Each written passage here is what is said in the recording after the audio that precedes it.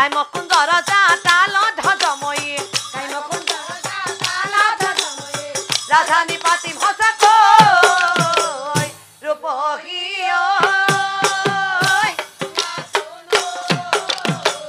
হেৰা সুন্দৰী এ কাইমকুঞ্জ ৰজা মই নাম তাল মোৰ সমান কোনো নাই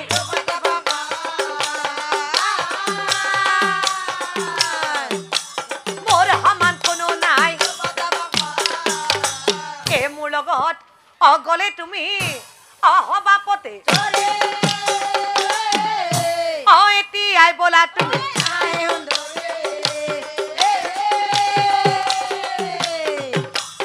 এতিয়াই বোলা তুমি এ কথা শুনি আৰু পহিয়ে অমনিলা তালত ধ্বজক চাই পাছে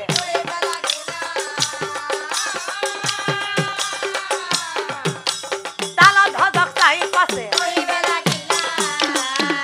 হেৰা সৈন্যগণ মহাৰাজ তোমালোক এতিয়াই যোৱা মহাৰাজ মোৰ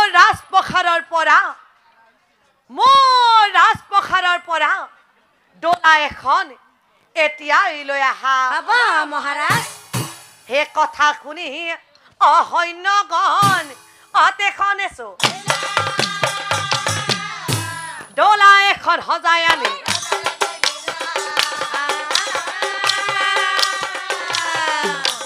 ডোলা এখন সজাই আনি আৰু তেতিয়া ৰজা তালত ধ্বজে সুন্দৰী যুৱতীজনীক চাই কৈছিল কি কৈছিল আহা সুন্দৰী ডোলা তুলি হাজিম তোমাক অতেশ্বৰী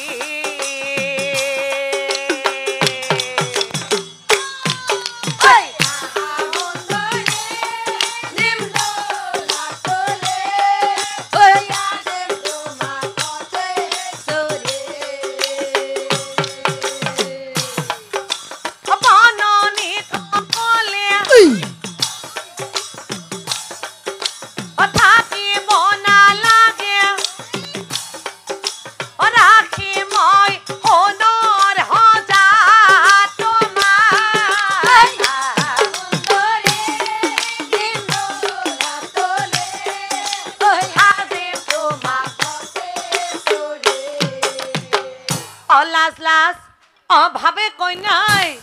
ডোলাত বহিলা ডোলা ভাৰিক চাই ৰজাই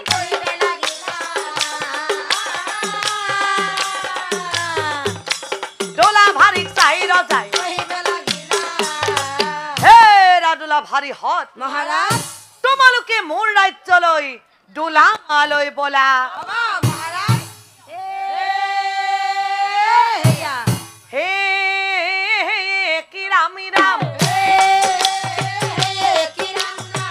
আমি ডোলা ভাৰী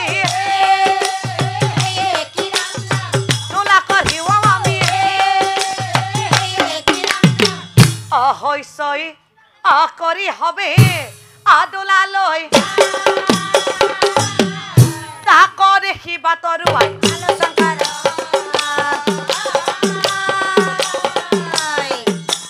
তাক দেখি বাতৰুৱাই বোলো ফালে চোৱাচোন দেখিছানে দেখিছো আজিকালি ভাইহঁত দিন বেলেগ হ'ল তিৰি মানুহ মতাৰ কান্ধত উঠি যোৱা হ'ল এ বৈনীহঁত বনলৈ গৈছিল ৰজা চিকাৰ কৰো বুলি আমাৰ ৰজাৰ চিকাৰ মিলিল ধুনীয়া ছোৱালী এই কথা অনগৰ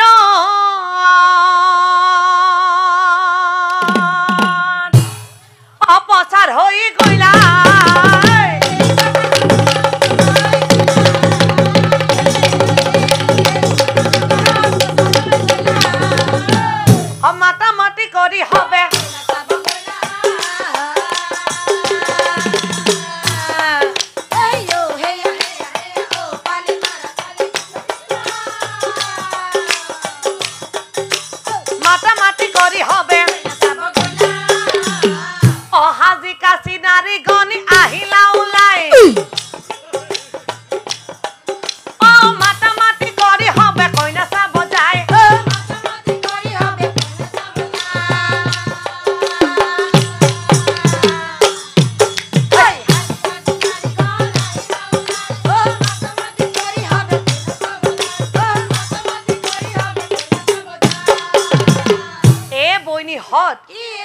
অখরে তিবাই যায়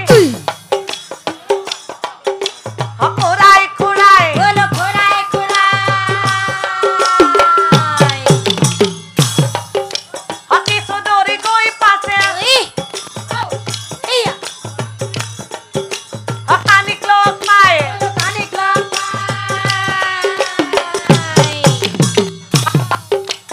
ওই তো কানি পাই নাকি আওয়ে তুই তো পাইছা আওয়ে করে দিয়ে বলে ভাই কথায় এত কমই ওরে দিয়ে বলে ভাই কথায় তো কমাই করে দিয়ে বলে ভাই কথায় এত কমই ওরে দিয়ে বলে ভাই কথায় তো কমাই তোরি কান্ধা দুখি মই যা হে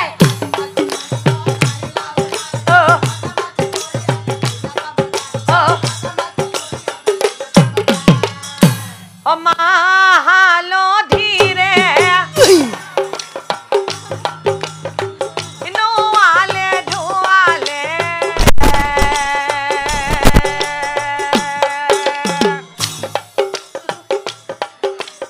ওই রাম ডরাতি খজাইলা আজন হে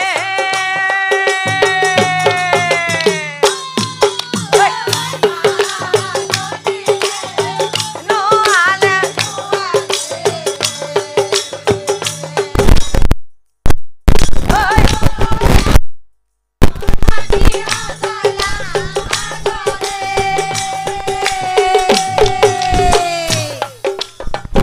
আয়ুতি হকলে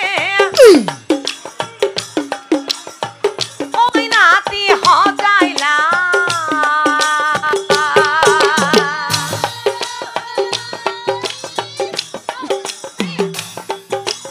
ওই রাম পিন্ধাইলা পাতরে পখরে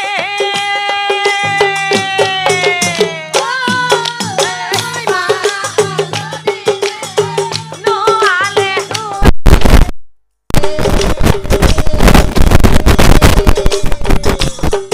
ওই ওই ধরাতি নারী গনে মিলিয়ে ওই নাতি হজাই নারী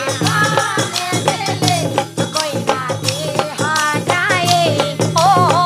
রাজারে বদলে বদলে বদলে প্রজাগণে আহে ঘরের ভাতলে আয়ো দিয়ে দিয়ে ওরলে ও আয়ো দিয়ে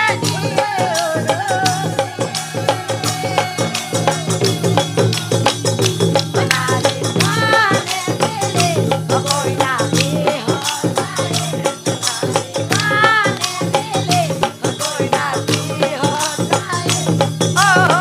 রাজারে বদলে প্রজাগণে ঘরের আয়ো দিয়ে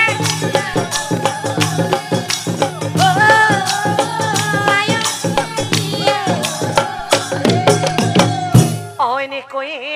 অবিয়াখন অহমাপন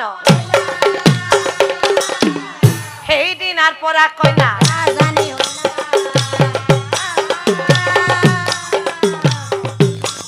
সেই দিনাৰ পৰা কইনা ওইনে কয়ে অকটকা পাৰি হৈ গইলা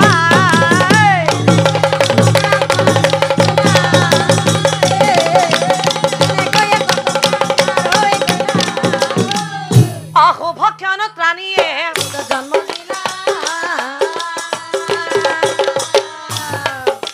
শুভক্ষণত ৰাণীয়ে এনেকৈ এটি দুটি কৰি একুৰি সন্তানৰ মাক হল ৰাণী সৌভাগ্য লক্ষ্মী সেই কুৰিটা সন্তানক ডাঙৰ দীঘল কৰি উপযুক্ত সময়ত সিহঁতৰ বিয়া পাতি দিলে ৰাণীয়ে বোৱাৰী ঘটিলে কিন্তু সেই সময়তো ৰাণীৰ ওপৰত কোনো পৰিৱৰ্তন ঘটা নাছিল তাকো দেখি বোৱাৰীহঁতে কি আলোচনা কৰিছিল জানে কি আলোচনা কৰিছিল ইমানে ধুনীয়া আমাৰে হাহুৱাই ৰূপৰে তুলনা নাই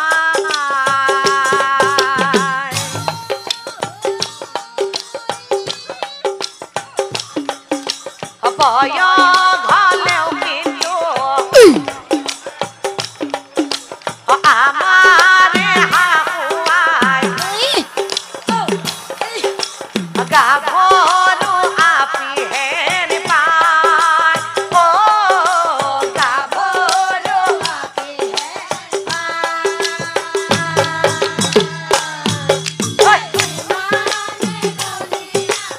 আমাৰে ৰূপৰে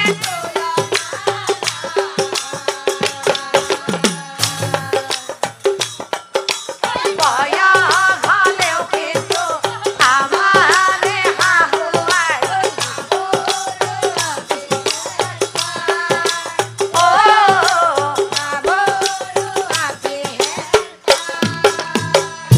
এনেকৈয়ে সকলোৱে আলোচন আতয়ন অন্তৰে শুনক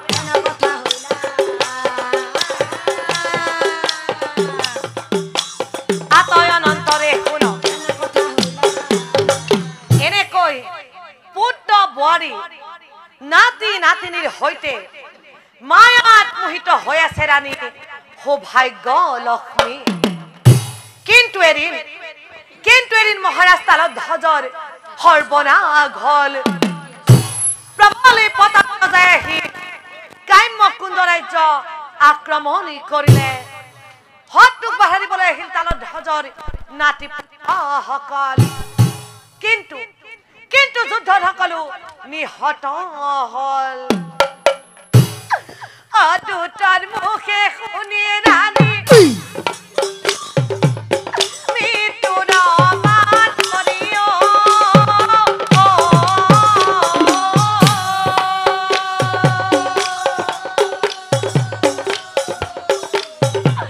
হাহাকাৰ কৰি ৰাণী যাই তাড়াতাড়ি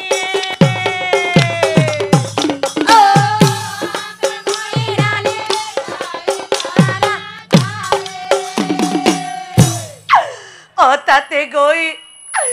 দেখে ৰাণী অসমছে নাতি পুত্ৰ সৰি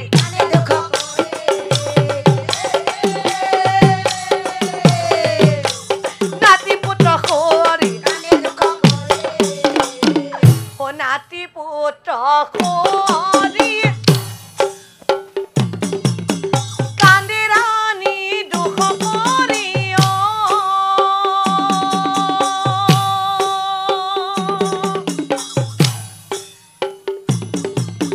কিনো মই অভাগিনী নাৰী কি কৰে মোৰ ফলে মোক দিনা ভো পুতাৰ কয়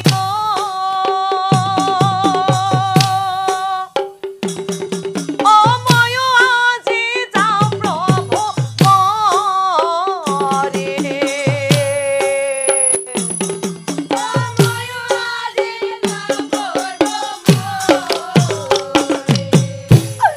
এনেকৈয়ে কান্দে ৰাণী মহাদুখ তাৰ পাছে কি হল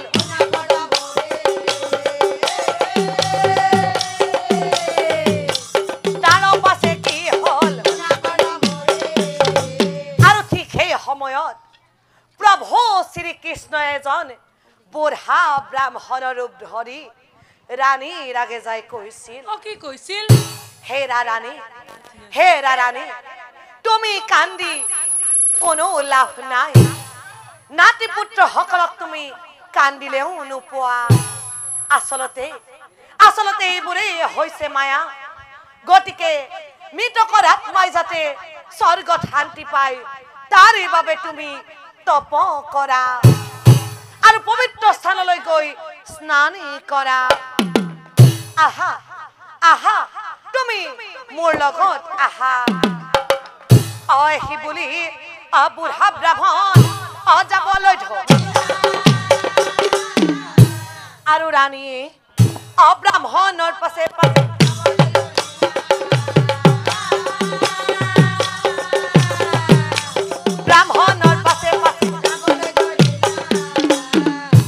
গৈ পুষ্কৰ হ্ৰদত উপস্থিত ৰাণীক চাই ব্ৰাহ্মণে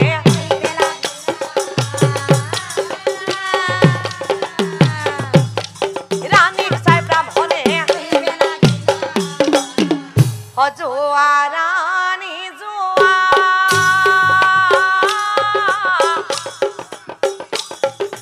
হৰবৰে যোৱা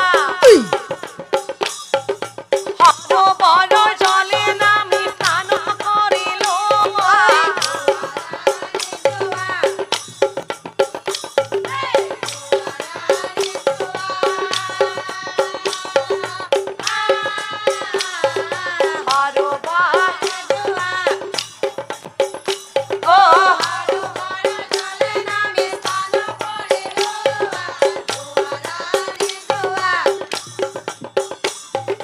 কথা শুনি মহাৰাণী জলত নামিলা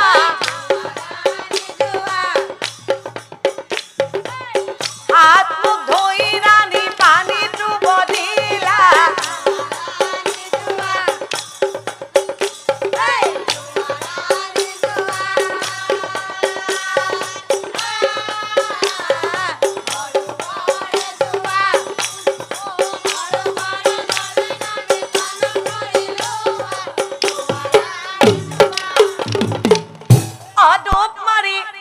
উঠি দেখে অনাৰী ৰূপ নাই অনাৰী গুচি অনাৰত মুনি অনাৰী গুচি অনাৰত মুনি অনাৰদে অদেশে প্ৰভু পাৰত থিয় হৈ পাৰত থোৱা বিনাখন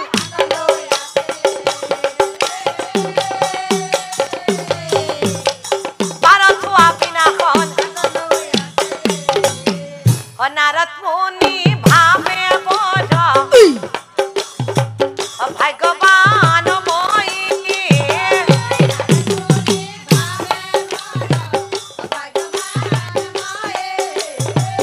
হাতে মায়া রূপ দেখা পালো মই